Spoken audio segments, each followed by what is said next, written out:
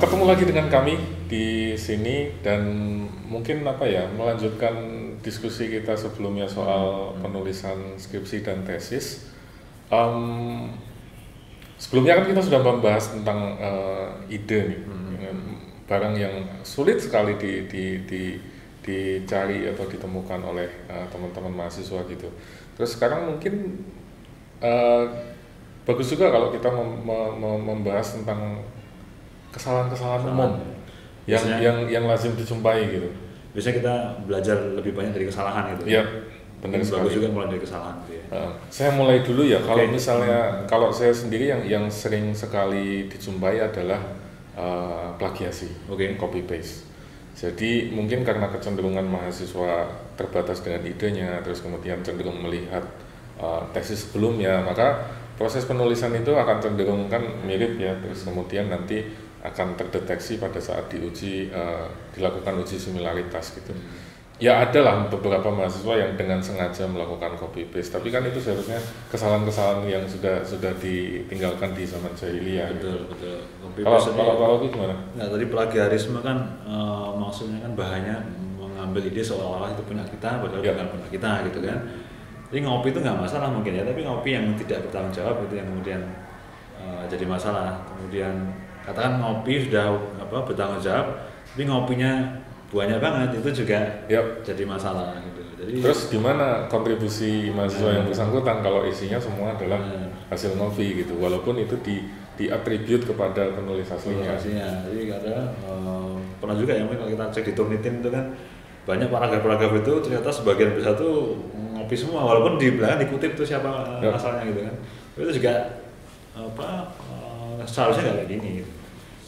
Kesalahan lain adalah misalnya ya yang standar lah, nah itu merusak impresi sebetulnya. Misalnya ketika baca ada penulisan yang hurufnya salah, kemudian harusnya kata sambung dipisah bisa disambung, kata depan dan seterusnya, itu nggak esensial, tapi impresinya udah kebaca. Oh, orang ini dia nggak hati-hati, kayaknya isinya kita juga bisa meragukan kayak gitu. Benar. Jadi bahasa itu sangat menunjukkan sloppiness dari mahasiswa yang bersangkutan. Kalau hal-hal yang remeh saja sloppy atau ada flow, salah logika dan lain sebagainya, maka untuk hal yang lebih besar lagi, misalnya di metodologi perhitungan dan lain-lain, bisa jadi akan ada kesalahan ya. Benar.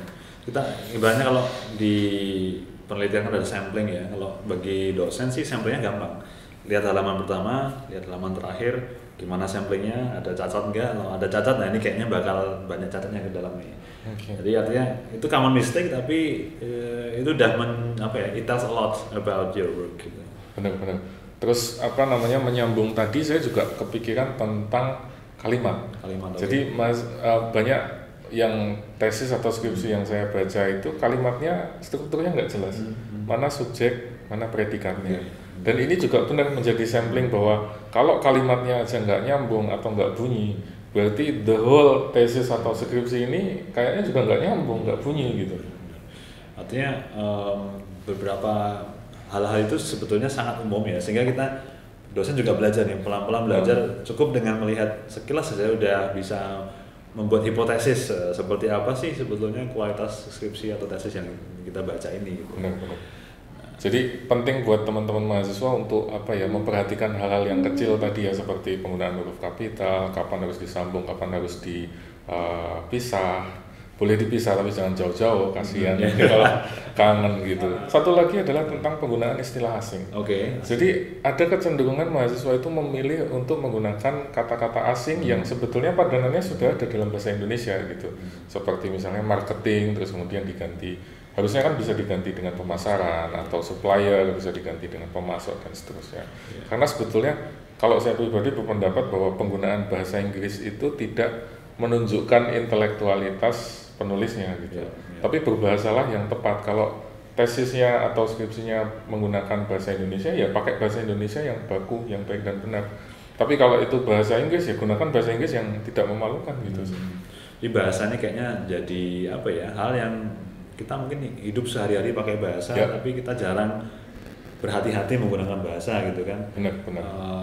Kadang bahasa chat kita pakai di bahasa tulis gitu. Jadi Kalau nggak terbiasa, akhirnya akan susah tuh untuk nge-boost tulisan gitu ya. Benar. Dan mungkin perlu apa ya? Ada perbedaan antara bahasa lisan dan bahasa tulis.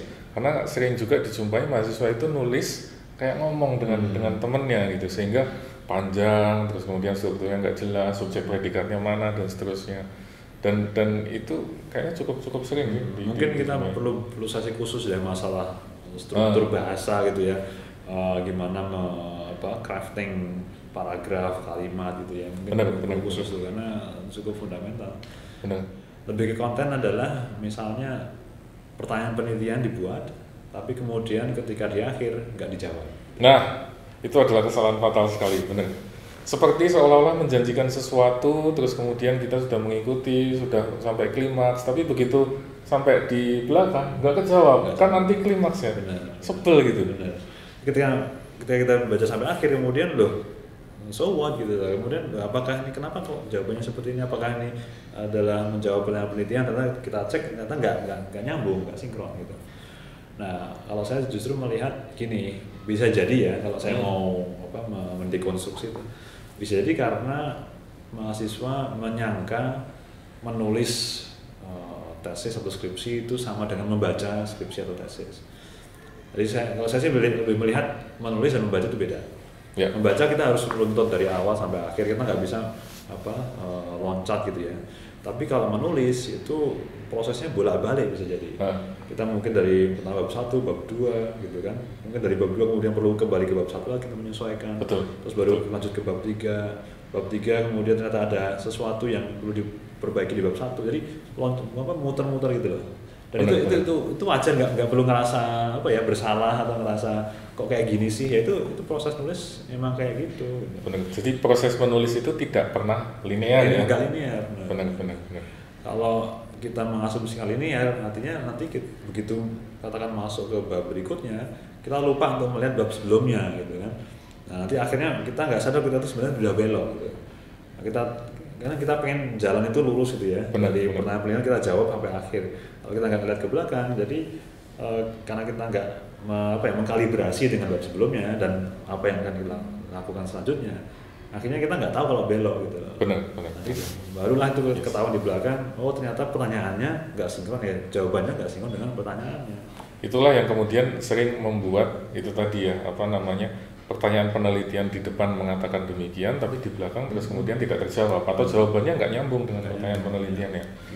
Oke. Banyak mahasiswa ngerasa kalau bab ini udah selesai ya udah nggak mau dilihat lagi gitu ya. Tapi itu not recommended gitu. Dan saya justru merekomendasikan untuk semua itu masih bisa berubah sampai nanti Anda submit akhir tuh. Jadi it's fine to merubah gitu. It's fine to merubah.